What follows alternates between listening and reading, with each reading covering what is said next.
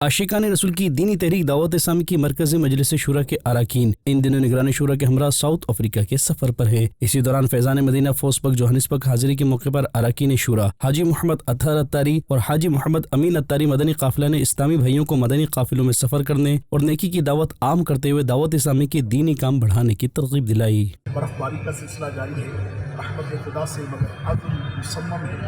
جذبے جوان ہے اور اللہ کی رحمت سے گرم جوشی کے ساتھ دنیا بھر میں جائیں گے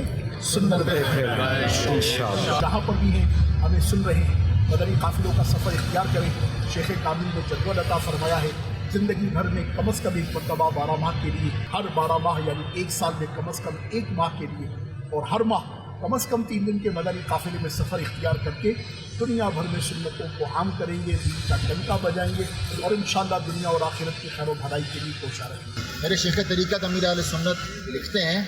چاہے ہوں گرمیاں یا کہ ہوں سردیاں، سب سے کہتے رہو قافلے میں چلو۔ الحمدللہ ہمارا مدنی قافلہ ساؤتھ افریقہ آیا ہوا ہے اور یہاں نگران شورا کا کل اجتماع کا آخری دن تھا، تو الحمدللہ ایک اچھی تعداد میں اسلامی بھائیوں نے 12 ماہ کے مدنی قافلوں میں سفر کیا۔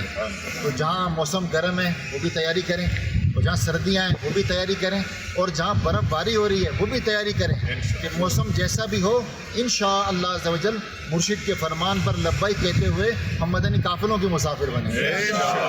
اللہ کرم ایسا کرے تجھ پہ جہاں میں، اے دعوت اسلامی تیری دھوم مچی ہو۔